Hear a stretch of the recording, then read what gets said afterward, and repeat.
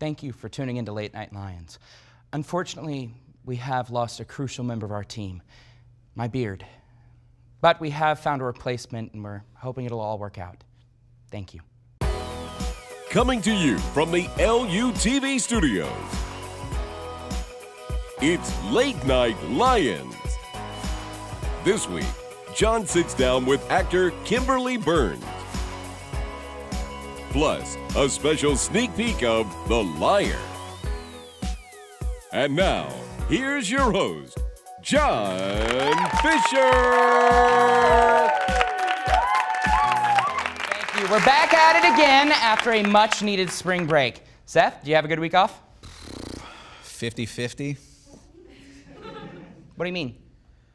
Well, first half was cool. Hung out with some people, went and did some fun stuff, whatever. Then about halfway through, I made the mistake of looking at the calendar. What's wrong with looking at the calendar? I noticed I graduate within a month, meaning I have to get a job and, deal with student loan debt and bills, responsibilities, and the distant but nevertheless inevitable fact that despite our best efforts, we're all just going to shrivel up and die one day down the road. So I spent the rest of break crying in a fort made of blankets and pillows. I don't want to grow up. So what did you do? Not much. I had a good spring break. So anyway, I will say though, overall, I was happy with my spring break, although not as happy as the people in Frontenac. According to a survey done by a counseling service in San Francisco, Frontenac is the #1 on the list of the happiest towns in America. So to anyone that says money can't buy happiness, suck it. A man recently traveled to Colombia, is the third resident to have contracted the Zika virus, which is transmitted by a certain type of mosquito. This disease currently has no cure, and it may be linked to causing birth defects, and it's pretty well documented in countries where it's most likely to be caught. So if you're thinking about going to one of these places, don't go literally anywhere else! A study by Amnesty International shows that despite a decline in executions, America still remains one of the top 5 executioners in the world, behind countries like Iran and Saudi Arabia. After hearing this news, Ted Cruz said, "If elected, I'll do my best and fight day and night to make sure we make it to that #1 spot." Did you guys see this? The trailer for the newest Star Wars movie, Rogue One, debuted a few days ago on Good Morning America. It's a bit of a spin-off, but it still has some pretty strong casts like Alan Tudyk, Donnie Yen, who's a big deal over in China, and a veteran actor, Forrest Whitaker. In fact, we're getting Whitaker to be in this movie such a big deal that they named the movie after his eye. Project 38 North, which is dedicated to monitoring activity in North Korea, has reported suspicious activity at one of the country's nuclear enrichment sites. Suspicions arose when satellites showed plumes of steam rising from the site, a direct result of a massive amount of heat being produced. Project 38 called off the alert after discovering the heat was being produced by Kim Jong-un's thighs rubbing together. Thank you. We have a wonderful show for you guys tonight. Kimberly Byrnes will be here from The Liar. Stay tuned.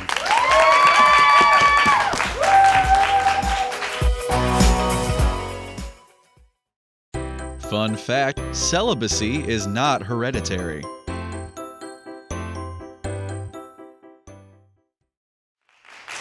Welcome back. Thank you. My guest this week is an actor in the Lindenwood University Theater Department and in the new stage production of The Liar. Please welcome Kimberly Byrnes. Hi. Hi. Hi. Welcome to the show. Thank you for having me. Thank you. So a lot of people don't know that Kim and I are friends. We've been doing theater here at Lindenwood since our freshman year. Yep. So I could probably do this interview for her, but I won't. So tell me, how did you get started in theater? Well, I had an interest as a child, like doing plays with my church and whatnot. And then in high school, I was like, I'm gonna be part of the theater club. And I really enjoyed it a lot. And then I was like, I can do this for a living. So I decided to go to college and major in acting. Nice. And so what made you choose Lindenwood? What makes the Lindenwood Theater Department so good? The main thing that made me choose Lindenwood is the giant stage that we have. It is true. It's a giant stage. The main stage, I walked on and I'm like, yep, this will get me the attention I need. Yes. But besides that, we have a lot of opportunities to work with the touring shows that we have come in, and I liked that aspect as well. It's true. It gets you lots of jobs experience. Exactly. And helps you get jobs in the future, which is great. Exactly. Right. So you're in The Liar right now. Yes, I am. And for people who don't know, The Liar is a show about Durant, who I am playing, and Clayton. And Durant cannot tell the truth, and Clayton cannot lie. And when Durant meets two beautiful women, names get mixed up. He can't figure out who he is actually in love with. And throughout the end of the show, he will discover that he can tell the truth. So, Kimberly, who do you play, and what's special about that character? I play Clarice, and she is the person whom she is. Oh my goodness. She's the person who Durant falls in love with at the beginning of the show, and he thinks that she is her friend.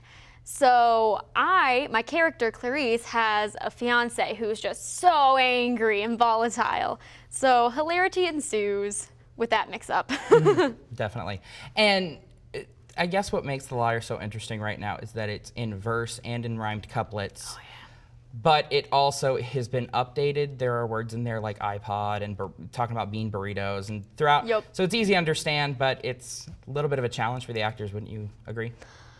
I don't know about I think the rhyming and the rhythm makes it easier to remember the words. Some of the words are a bit foreign because they haven't been updated, and the juxtaposition of the new words, and it's in Restoration period France, that's a little challenging. A little challenging, yeah. Yeah. And what makes this show different from other shows you've done?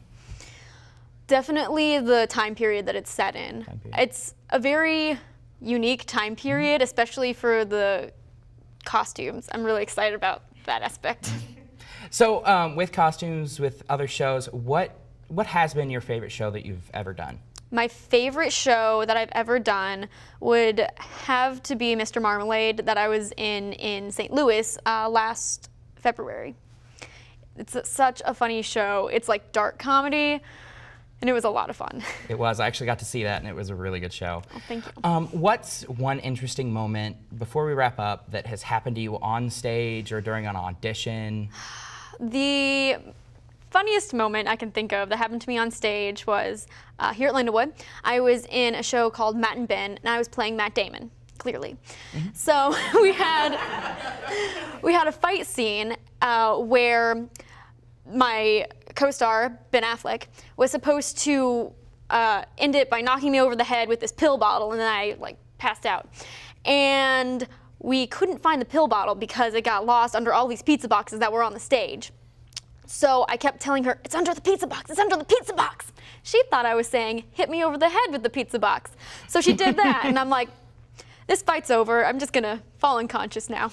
That's what's great about here. Oh, that's great. Yes. So thank you so much for coming and talking with us today. And The Liar opens on April 14th, and it runs through the 16th. And on the 16th, there is a 2 o'clock matinee. Tickets are free to Lindenwood students. You get 2 free tickets. Other tickets are $15. You can call the Lindenwood box office at 636-949-4433. Coming up, we're going to have a sneak peek at The Liar. It's going to be fun. Stick around. This week's episode is brought to you by 1950s refrigerator commercials. Every woman deserves one in her kitchen. Hey! Joan will be back in just a minute. But right now, Phil, give our friend some good news. All right. It's this. Right now's a wonderful time to buy a GE 2-in-1 refrigerator food freezer like this one. And honestly, you don't know what you've been missing until you get this wonderful GE combination. We didn't.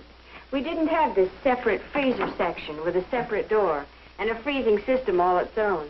Do you know that this holds 70 pounds of frozen foods at 0 cold? We didn't have all this storage space in the door. Or conveniences like a butter conditioner, sliding shelves. You know what I just love about our GE? Because of the moist, cold refrigeration, you never have to cover dishes. As we said in the beginning, it's so easy to own. Introducing the extra-large fridge for hiding the severed heads of your ex-girlfriends. Thank you, thank you, thank you. And welcome back to Late Night Lions. It's hard to believe there are only 2 episodes left in our first season. Next week, we'll have the president of Lindenwood University, Dr. Michael Schonrock. And in our last episode, we'll show some never-before-seen clips and fun surprises. We just had Kimberly here in studio, and she's in the Liar, as am I. Actually, I need to get going, because I need to go get ready for opening night. So I'm going to just head out. No, stop. What? No, we're not done yet. The theater is calling. Not No, the yet. theater is calling. My public needs me. God damn it, Mama!